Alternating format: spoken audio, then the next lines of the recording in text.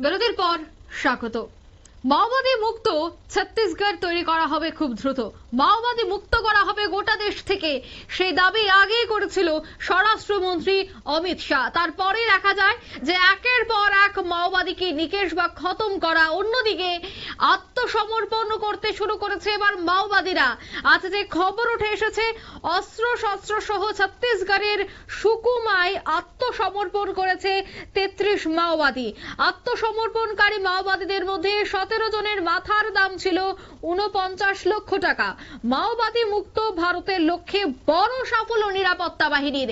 বিস্তারিত সে বিষয়ে জানবো। টেলিফোন লাইনে যুক্ত হয়ে গেছে প্রতিনিধি সম্রাট চৌধুরী। সম্রাট, ঠিক কি জানতে পারছো? অভিযান রয়েছে, সেই অভিযানে কিন্তু আবার শুক্রবার কিন্তু এক বিশাল সাফল্য পেয়েছে নিরাপত্তা বাহিনী। ছত্তিশগড়ের যে সুকমা জেলা রয়েছে, মাওবাদী অধ্যুষিত একটি বস্তারের পরে একটি অন্যতম জেলা সুকমা জেলা। সেই সুকমা জেলায় কিন্তু শুক্রবার 33 জন মাওবাদী বিভিন্ন স্তরের নেতা এবং সাধারণ মাওবাদী কর্মী সহকারে মোট 33 জন মাওবাদী আত্মসমর্পণ করেছেন। এর মধ্যে 17 জন যারা নেতৃস্থানীয় ছিল তাদের উপর পুলিশ এবং নিরাপত্তা বাহিনীতে পুরস্কার ঘোষণা করেছিল, যাকে আমরা কথ্য ভাষায় মাথার দাম বলে থাকি। সেই মাথার দাম ছিল 49 লক্ষ টাকা।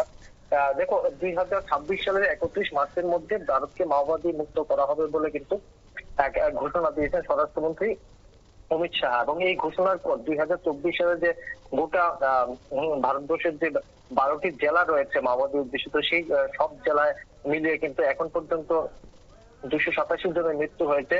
তার থেকে এবং আত্মসমর্পণ করেছেন এখন পর্যন্ত প্রায় 837 জন আত্মসমর্পণ করেছেন।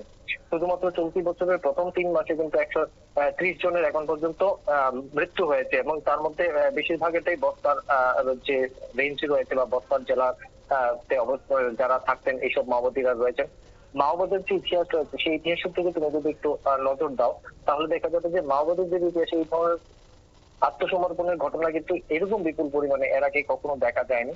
2024 সাল থেকে কিন্তু এই প্রক্রিয়া শুরু হয় এবং 2025 সালে ব্যাপকভাবে মাওবাদীরা আত্মসমর্পণ করেছে। কেন্দ্রীয় গোয়েন্দা সূত্রে যে খবর, মাওবাদীদের যে রসদ, সেই রসদে কিন্তু আবার টান পড়েছে বা সেই পরিস্থিতি সামাল দিতে গিয়ে অন্যদিকে নিরাপত্তা বাহিনীর যে বেধড়ক অভিযান, একের পর এক অভিযান চলছে ভারতবর্ষের বিভিন্ন যে জেলাগুলি রয়েছে সেই জেলাগুলিতে, তাতে কিন্তু মাওবাদীরা রীতিমতো শঙ্কিত এবং তার থেকে কিন্তু তুলনামূলকভাবে আত্মসমর্পণের বিষয়টিকে কিন্তু এবং সহজ এবং সাধারণ বলে ধরে নিয়ে কিন্তু আবার আত্মসমর্পণ শুরু করেছেন। যদিও এর পাশাপাশি মাওবাদীদের মৃত্যুর ঘটনা বা মাওবাদীদের সঙ্গে যে নিরাপত্তা বাহিনীর যে সংঘর্ষ, সেই ঘটনাগুলো কিন্তু পাশাপাশি উঠে আসছে। তো এই পরিস্থিতিতে আজ শুক্রবার আরো 33 জন মাওবাদীরা আত্মসমর্পণ করলেন নিরাপত্তা বাহিনীর কাছে, এবং যাদের মধ্যে প্রায় 17 জন বড় নেতৃস্থানীয় রয়েছেন। সব মিলিয়ে যে পরিস্থিতি দাঁড়িয়েছে, মাওবাদীরা কিন্তু এখন অনেকটাই পিছু হটতে শুরু করেছেন। তবে 2026 সালের মার্চের মধ্যে যে ঘোষণা দিয়েছেন স্বরাষ্ট্রমন্ত্রী ভারতকে মাওবাদ মুক্ত করবেন, তা অনেকটাই সফল হবে বলে আশা করা হচ্ছে।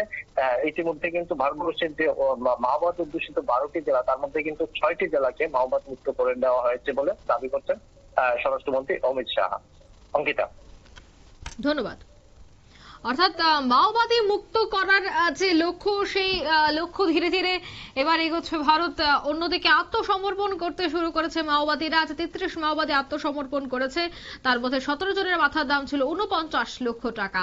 নিয়ে নিচে ছোট্ট একটি বিজ্ঞাপন বিরতি, সঙ্গে থাকুন।